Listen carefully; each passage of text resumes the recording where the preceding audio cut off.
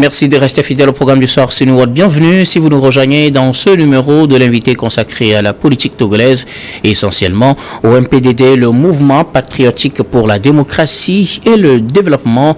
Et pour aborder l'actualité de ce parti, nous recevons comme invité pour vous aujourd'hui Jonas Komla Akewobudo Siliadin. Vous êtes le président par intérim du MPDD. Bonsoir monsieur Siliadin et bienvenue. Bonsoir, merci de m'avoir invité, de me donner cette occasion. Merci beaucoup à vous d'avoir répondu à notre invitation. Alors, avec vous aujourd'hui, nous allons discuter essentiellement de l'actualité du MPDD. Vous avez sorti un communiqué en date du 29 juillet annonçant le retrait du MPDD des regroupements de partis et associations dont il faisait partie. Essentiellement, on suppose que dans le viseur, c'est la DMK, puisque c'est le regroupement en tout cas qu'on connaît essentiellement pour le MPDD. On va s'interroger sur ce communiqué. Pourquoi ou bien qu'est-ce qui explique ce communiqué que vous avez sorti en date du 29 juillet à l'issue de cette réunion du bureau politique, comme l'explique le communiqué? Alors, en fait, il s'agit de la suspension de notre participation, de nos activités au sein de tout regroupement. Vous savez que l'histoire de notre pays est jalonnée par plusieurs regroupements qui généralement ne se clôturent pas ou ne mettent pas fin à leurs activités, mais comme ça, au vu de la situation, on passe d'une organisation à une autre. Et donc, dans le communiqué, nous avons dit tout regroupement, toute coalition, pour prendre en compte tout ce qui pourrait exister, dont on n'aurait pas connaissance. Mais en réalité, oui, aujourd'hui, de manière claire, il s'agit de la DMK, qui est la principale coalition à laquelle nous participions, et nous avons décidé de suspendre notre participation et de suspendre le mandat de tous ceux qui nous représentent dans cette structure. Alors pourquoi? Parce que depuis le décès du président Kodjo, et donc juste quelques jours après, il ne nous a pas échappé que la coordination nationale est assurée par M. Paul Missiak-Betor, qui est membre du bureau politique du MPDD. D'ailleurs, la majorité des cadres qui animent la vie de la coordination de la DMK viennent du MPDD. Et donc, dès le décès du président, M. Paul Missiak-Betor, en totale violation des statuts du parti, a pris une décision ou a préparé une décision qui devrait le nommer vice-président, premier vice-président, ce qui n'est pas conforme au test. Donc les cadres du parti... Premier vice-président du MPDD. Du MPDD. Donc être en position d'assurer l'intérim. Mais les tests ne prévoient pas la situation comme ça. C'est pas conforme. Et donc les cadres du parti et les cadres du bureau politique ont refusé de le cautionner. Et depuis cette contrariété, on va dire cette opposition légitime et conforme, il s'est mis dans une campagne de dénigrement, de diffamation et de défiance vis-à-vis du parti MPDD en instrumentalisant la DMK. Et donc, il y avait une vraie confusion sur le terrain. Il sort des communiqués au nom de la coordination. La coordination fait des activités sans nous informer, sans nous inviter, fait des déclarations que nous n'avons pas validées ensemble. Et donc, à un moment donné, nous avons préféré temporiser pour pouvoir pour aller au congrès de manière sereine. Alors, vous annoncez justement dans ce communiqué un congrès très prochainement. Vous appelez vos militants à rester mobilisés. Si tel est vrai et que ce que vous dites est la réalité, alors pourquoi ne pas attendre le congrès pour justement décider avec tous les membres du parti de sortir des coalitions et de peut-être sanctionner Paul Missiak-Betor? Alors, ce n'était pas une question personnelle en soi. C'est une question de ligne politique et d'éthique en matière donc de fonctionnement après le décès du président. Les statuts ont prévu des dispositions, donc nous suivons ces dispositions-là. Le bureau politique est fondé à prendre cette décision. Ce n'est pas le congrès seulement qui est fondé à le faire, même si le congrès est l'organe fêtier, le bureau politique a la possibilité de le faire. Nous avons patienté, nous avons essayé de régler les problèmes, d'ajuster les choses depuis le mois de mars. Et ces derniers jours, nous avons observé que les défiances, les gestes de défiance, de dénigrement, y compris vis-à-vis de la famille du président Kodjo, se multiplient, malgré tous les efforts que nous avons faits pour raisonner les uns et les autres. Et donc, nous n'avons pas encore fixé de façon définitive la date du congrès. Et donc, si on laisse faire, peut-être que dans les jours à venir, on va avoir encore d'autres problèmes qui sont importants. Je ne vous ai pas tout dit. À un moment donné, comme nous avions vu les choses se dégrader avec l'instrumentalisation de la DMK, nous avons mis en place une commission d'information au sein du MPDD et nous avons sollicité un rendez-vous avec la coordination nationale de la DMK, qui est présidée par un membre du bureau politique du MPDD. Oui. La coordination a refusé de nous recevoir. En expliquant, refusé de recevoir le MPDD. Le MPDD, la coordination a refusé de recevoir la commission mise en place par le bureau politique pour rencontrer la DMK, pour discuter et faire part de nos observations. Ils ont refusé et ils ont expliqué que la DMK ne reçoit pas d'ordre d'aucun parti qui y participe, parce qu'à partir du moment où nous avons intégré la DMK, nous avons concédé notre souveraineté à la coordination, ce qui n'est pas vrai. Ce n'est pas une holding que nous avons créée. Donc il y a une inversion des normes. Et dans le même temps, on nous explique que la DMK au Togo, la coordination nationale, reçoit ces instructions de la coordination internationale de la DMK, qui est un écosystème DMK, dirigé par Dr Achou, qui s'est autoproclamé président de je ne sais quoi, et qui donne des instructions comme ça, voilà. Et donc, nous ne pouvons pas demander des comptes, nous ne pouvons pas savoir ce qui se passe. Voilà ce qui fait qu'il y a un peu de désordre, et nous sommes un parti sérieux.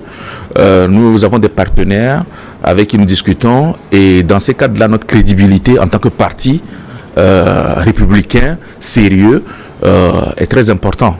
Nous ne pouvons pas nous laisser guider par une structure, un écosystème dont on ne connaît pas les configurations et qui reçoit ses ordres d'un psychiatre qui lui-même est influencé par une voyante. Donc alors, nous, on est parti politique, on n'est pas dans ces jeux-là. Alors, vous parlez tout à l'heure de la coordination de la DMK, surtout, on suppose, Paul Misiagueto, justement, qui a annoncé aussi son départ du MPDD. Que dire de la mémoire du docteur Agbeyomi Kodjo que vous plairez justement dans ce communiqué qui a été porté par la DMK lors de la présidentielle de 2020? On vous reproche aujourd'hui de trahir cette mémoire-là. Que répondre? Non, on ne trahit pas la mémoire. C'est ceux qui disent ça qui sont justement dans la trahison. Le président Kodjo a toujours été un homme respectueux des lois, respectueux des tests. Si après son décès, il n'y avait pas eu cette tentative-là de tordre le cou au statut pour des questions d'ego et des questions personnelles, il n'y aurait pas eu cette situation. Nous n'avons pas quitté la DMK. Nous n'en voulons pas la DMK. Nous constatons qu'il y a une gouvernance de la DMK qui n'est pas conforme, qui n'est pas claire, qui n'est pas éthique. Et donc, c'est pour ça que nous avons parlé de suspension. Le nouveau bureau politique qui sera issu du Congrès, s'il parvient à être reçus par nos amis de la DMK et s'ils arrivent à aplanir les incompréhensions, bien évidemment, nous continuerons à travailler avec la DMK s'ils le souhaitent et si ça se passe bien. Mais en aucun cas, nous ne trahissons rien du tout de la mémoire du président Kodjo. Paul Misiagueto n'est pas le seul à avoir suivi le président Kodjo.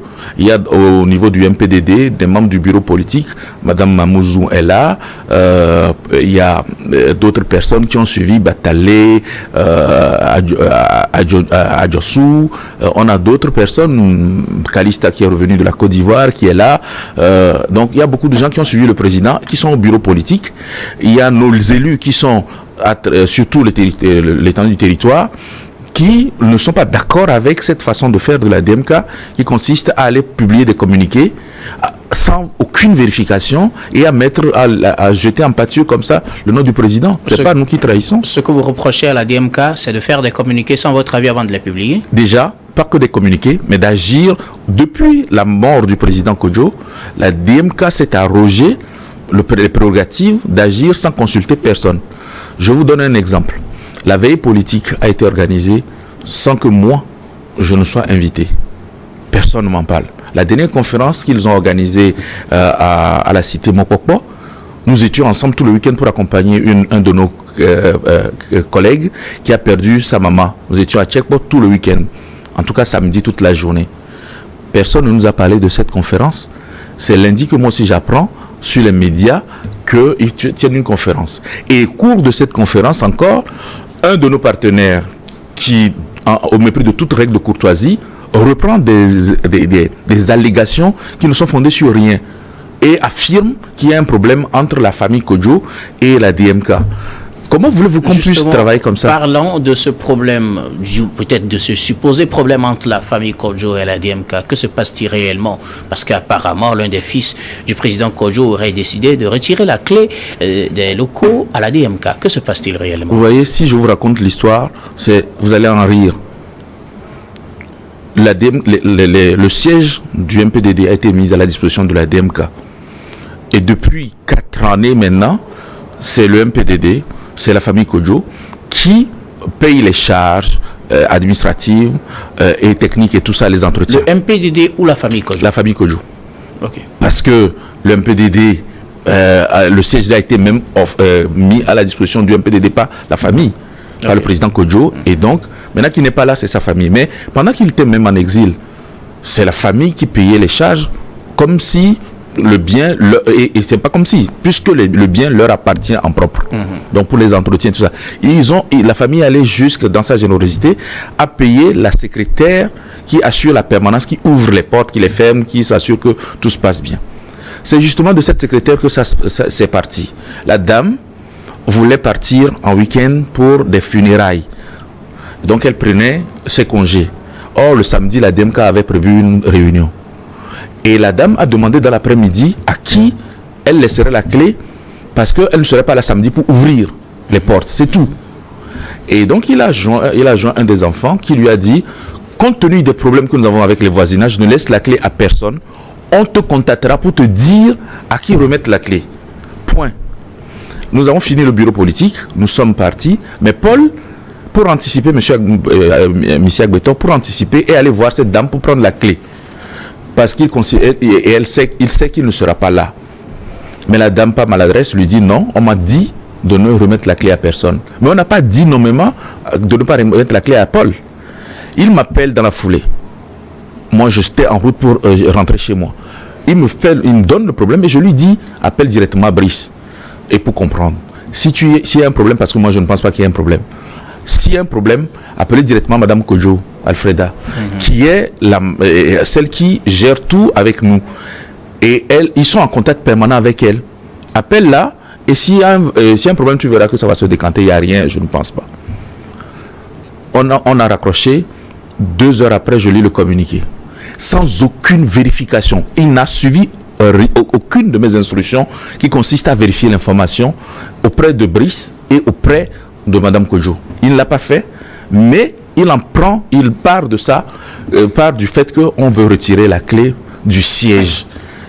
À quel moment on a dit ça? Alors, donc, si on comprend bien, la DMK est autorisée à toujours faire office de bureau au siège du MPDD. Bien sûr, mais à partir du moment jusqu'au moment où nous avons sorti le communiqué comme quoi nous retirons, eh bien, de facto, ils n'ont plus le droit de venir à notre siège, puisque nous ne sommes plus avec eux. Mais si demain, pour une manifestation, ils éprouvent le besoin d'utiliser nos locaux, les procédures existent, on analysera.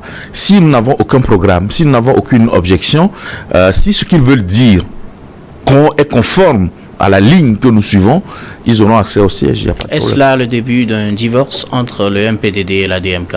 Je vais vous dire quelque chose, mon ami, monsieur. Le problème, c'est que quand le président est décédé, certains ont voulu qu'il y ait un problème au sein du MPDD, qu'il y ait un problème entre le MPDD et la DMK. Nous sommes nombreux à calmer le jeu, à éviter tout cela.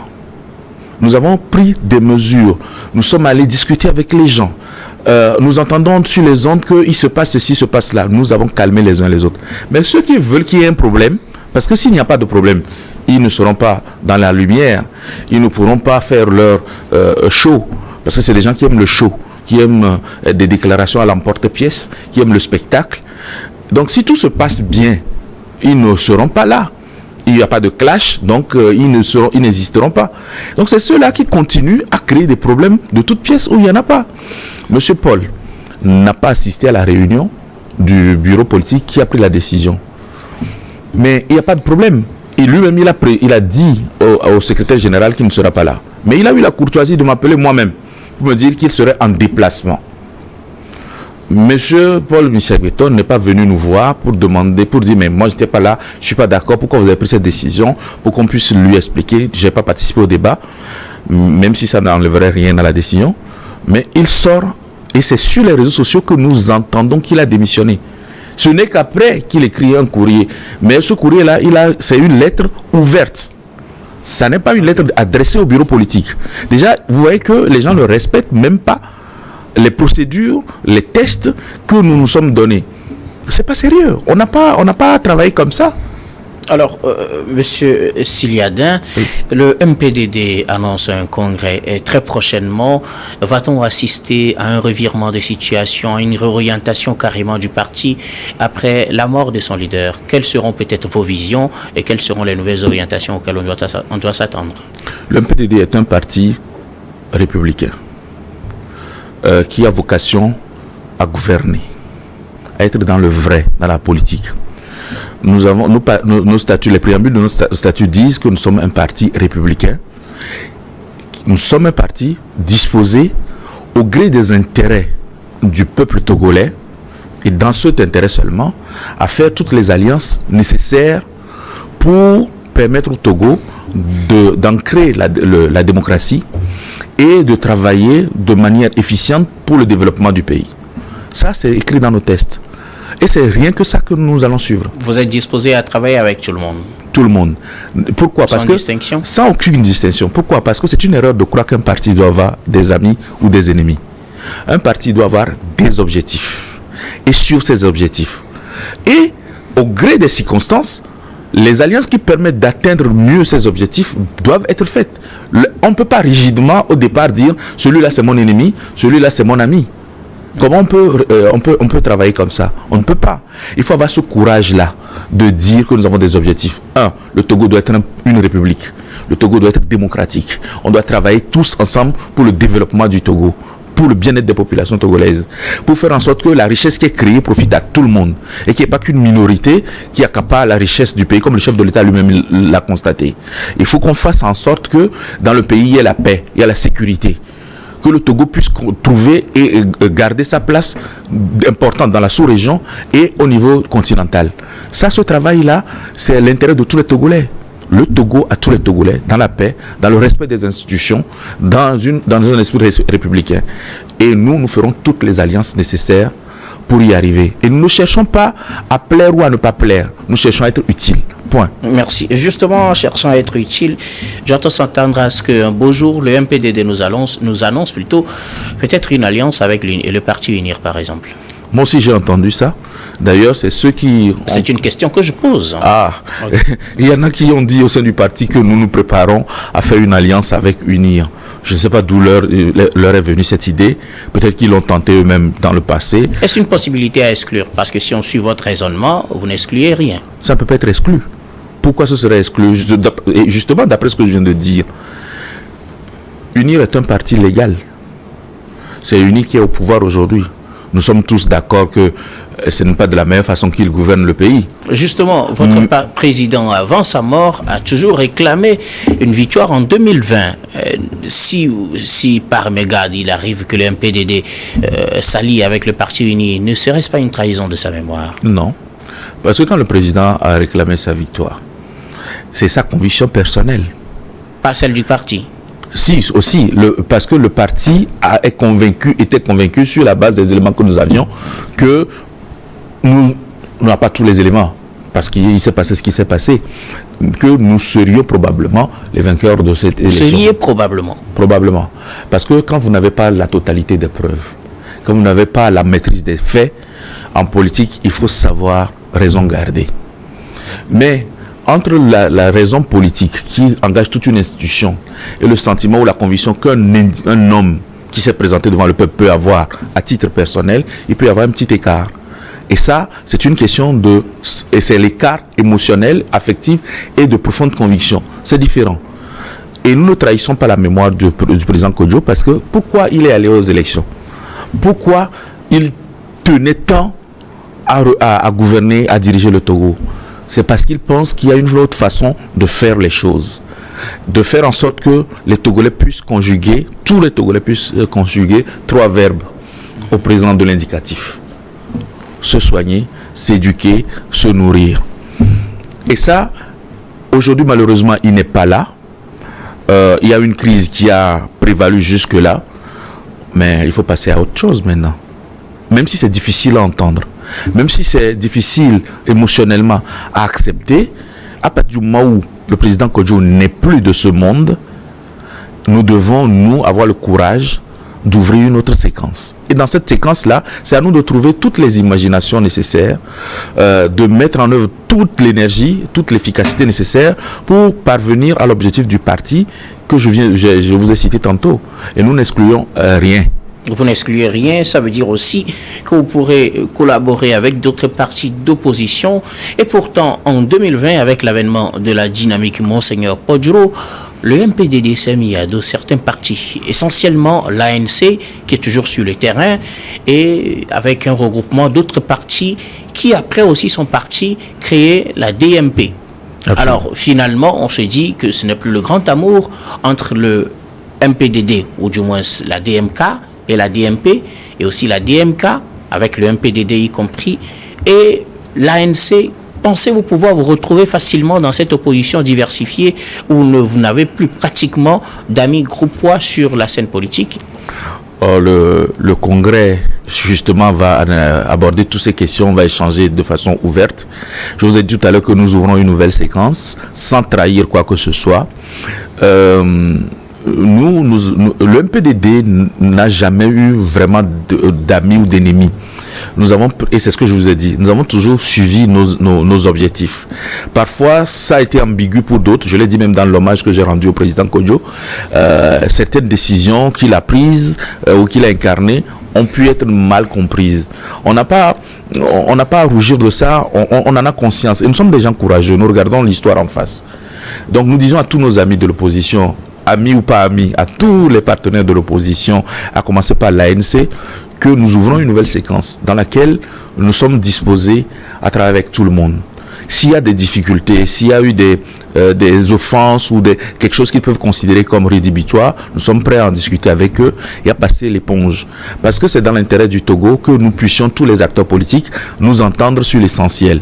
Nous irons vers l'ANC, nous irons vers tous les partenaires. La DMP, vous avez parlé, il y a Gérard Adja qui vient du MPDD qui est là-bas. Ouais.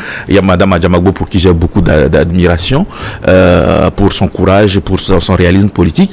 Mais il y a de l'autre côté Maître Apévon qui est un aîné pour qui j'ai beaucoup de respect et avec qui j'ai toujours eu des contacts réguliers. Mais nous avons des jeunes comme Jean Kissi qui font un boulot formidable sur le terrain.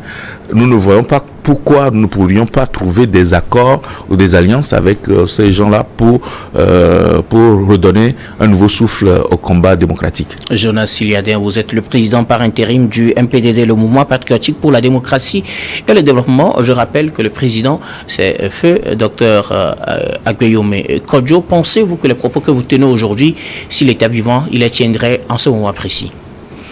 C'est difficile de savoir ce que quelqu'un qui n'est plus sur cette terre pourrait dire. De la logique qu'il a défendue avant sa mort. Mais vous savez que j'ai accompagné le Premier ministre Kodjo depuis l'Assemblée nationale jusqu'à la primature. Mais quand nous étions à la primature, si vous m'aviez demandé s'il pourrait écrire « Il est temps d'espérer », je pourrais vous dire que non. De même, quand nous avons été en exil, si vous m'aviez dit qu'il serait l'un des acteurs des grandes conférences qui ont eu lieu sur l'économie portuaire ou maritime en collaboration avec le président Faure, je vous aurais dit non, mais ça s'est passé. De même, si vous m'avez dit qu'entre 2015 et 2020, il deviendrait en 2020 le porte-flambeau de l'opposition, Je vous dirais non, parce que c'est ça aussi un homme politique. On n'est pas toujours prévisible. Parce que si vous restez rigide et que vous voulez être prévisible, vous voulez faire des choses que de façon logique et mécanique, vous ne serez pas efficace. C'est le terrain qui commande. C'est la réalité qui commande. Nous sommes un parti républicain qui s'inscrit dans la réalité. Alors nous arrivons pratiquement à la fin de ce numéro de l'invité Jonas Siliadin. Que faut-il retenir pour l'essentiel à cette croisée de chemin où se trouve le MPDD aujourd'hui? Nous appelons tous nos militants, tous nos élus, tous nos cadres à se mobiliser et à être rassurés sur le fait que le parti suit sa ligne. Tous ceux qui veulent nous rejoindre sont les bienvenus. Nous irons au congrès, nous ferons ce que le congrès va décider. Le nouveau bureau conduira suivant la ligne. Et nous disons à tout le monde que le MPDD veut parler avec tout le monde sur l'échiquier politique, veut travailler avec tout le monde. La seule condition, c'est que le Togo, ce soit dans l'intérêt des Togolais et que ce soit dans un cadre républicain résolument orienté vers le progrès démocratique. Merci beaucoup à vous, Jonas Komlan Akeobudo. Donc, Siliadin, vous êtes le président par intérim du MPDD, le mouvement patriotique pour la démocratie et le développement. Merci d'être passé sur ce plateau. Merci bien à vous, merci de nous avoir invités. Merci également à vous, très chers téléspectateurs, de nous avoir suivis. C'est la fin de ce numéro de l'invité. Je vous retrouve tout à l'heure dans la suite du programme du soir et ce sera Gars Croisé.